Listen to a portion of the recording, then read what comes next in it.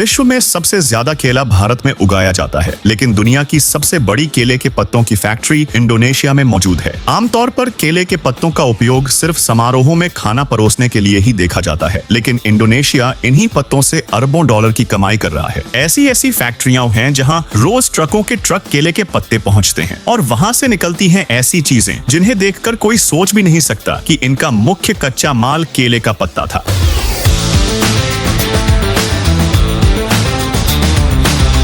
इस पूरी प्रक्रिया की शुरुआत होती है केले के बागान से। केला का पौधा एक बार फल देने के बाद दोबारा फल नहीं देता। पहले जब फल काट लिया जाता था तो पूरा पौधा और उसके पत्ते खेत में ही पड़े रहते थे और धीरे धीरे सड़ जाते थे, लेकिन इंडोनेशिया में ऐसा नहीं होता। केले का गुच्छा काटने के बाद किसान बड़े बड़े पत्तों को अलग कर लेते हैं। कई जगहों पर फैक्ट्री के साथ सीधा समझौता होता है। स्थानीय एजेंट या कंपनी के लोग ये पत्ते खरीद लेते हैं और एक साथ कई ट्रकों में भरकर फैक्ट्री भेज दिए जाते हैं। कोशिश रहती है कि पत्ते जितना हो सके ताजा हालत में पहुंचे। फैक्ट्री में प्रवेश करते ही सबसे पहले विशाल वॉशिंग यूनिट दिखाई देती है। यहाँ केले के पत्तों को एक एक करके धोया जाता है। उन पर लगी मिट्टी, धूल, कीड़े मकोड़े और खेतों में इस्तेमाल हुए रसायनों को साफ कर दिया जाता है। धुलाई के बाद पत्ते कन्वेयर बेल्ट से आगे बढ़ते हैं और शुरू होती है छौंटाई। सभी पत्ते एक जैसे नहीं होते। ए ग्रेड के पत्ते बड़े, चौड़े और बिना फटे होते हैं। बी ग्रेड के पत्ते थोड़े छोटे या पुराने होते हैं। कर्मचारी और मशीन मिलकर इन्हें अलग अलग लाइनों में भेजते हैं। इसके बाद पत्तों को दो हिस्सों में बांट दिया जाता है। फैक्ट्री के एक हिस्से में पत्तों को छोटे छोटे टुकड़ों में काटा जाता है। यह काम भारी कटिंग मशीन से किया जाता है, क्योंकि रोज हजारों किलो पत्तों को प्रोसेस करना होता है।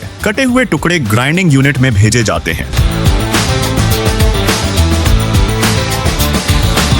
यहाँ बड़े ग्राइंडर मशीनों में पत्तों के साथ तय मात्रा में पानी मिलाया जाता है। मशीन घूमते घूमते इन टुकड़ों को गाढ़े हरे पेस्ट में बदल देती है। इस पेस्ट को सीधे इस्तेमाल नहीं किया जाता। पहले इसमें से अतिरिक्त पानी निकाला जाता है ताकि यह और गाढ़ा हो जाए। फैक्ट्री की लैब टीम इसकी जांच करती है, घनत्व सही है या नहीं, फाइबर का अनुपात ठीक है या नहीं। इसके बाद यह गाढ़ा पेस्ट टैबलेट बनाने वाली यूनिट में जाता है।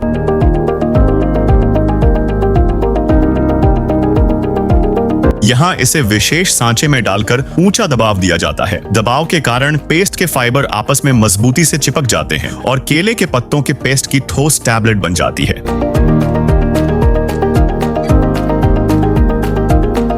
ये टैबलेट न पूरी तरह नरम होती हैं और न ही पूरी तरह सख्त, इसलिए इन्हें ड्राइंग चेंबर में नियंत्रित तापमान पर सुखाया जाता है। ज्यादा गर्मी देने पर ये फट सकती हैं और कम तापमान पर अंदर नमी रह सकती है। इन टैबलेट का इस्तेमाल कच्चे माल के रूप में किया जाता है। कई फैक्ट्रियां इन्हें पानी में भिगोकर दोबारा पेस्ट बनाती हैं। इससे कच्चे पत्तों की जरूरत नहीं पड़ती और परिवहन भी आसान हो जाता है। लाखों टन कच्चे पत्तों की जगह कम जगह में ज्यादा टैबलेट भेजी जा सकती हैं। कुछ देशों में हर्बल उद्योग में भी इनका उपयोग होता है। दूसरी ओर बड़े और अच्छे पत्तों को प्लेट, कटोरे और ट्रे के आकार में ढालने के लिए भेजा जाता है। पहले उन्हें गर्म पानी की भाप से नरम किया जाता है, फिर स्टील के सांचे में रखकर ऊपर से दूसरा सांचा लगाया जाता है। मशीन तेज दबाव और नियंत्रित ताप देती है। इससे पत्तों के प्राकृतिक फाइबर आपस में जुड़कर प्लेट का आकार ले लेते हैं। कुछ ही सेकंड में केले के पत्ते से बनी प्लेट तैयार हो जाती है। इसके बाद इन्हें ड्राइंग यूनिट में सुखाया जाता है ताकि प्लेट टेढ़ी न हो, फटे नहीं और अंदर नमी न रहे। सूखने के बाद ये काफी मजबूत हो जाती है। क्वालिटी चेक टीम हर प्लेट की जांच करती है, कहीं दरार तो नहीं, किनारे चिकने हैं या नहीं। खराब प्लेटों को अलग कर रिसाइकल लाइन में भेज दिया जाता है। अंत में प्लेटों को साफ कर हल्का कीटाणु रहित किया जाता है, गिना जाता है, पैक किया जाता है और गोदाम में रखा जाता है या सीधे होटल, रेस्टोरेंट, कैटरिंग सर्विस और निर्यात के लिए भेज दिया जाता है। इस तरह एक साधारण केले का पत्ता इंडोनेशिया में अरबों डॉलर के उद्योग में बदल जाता है।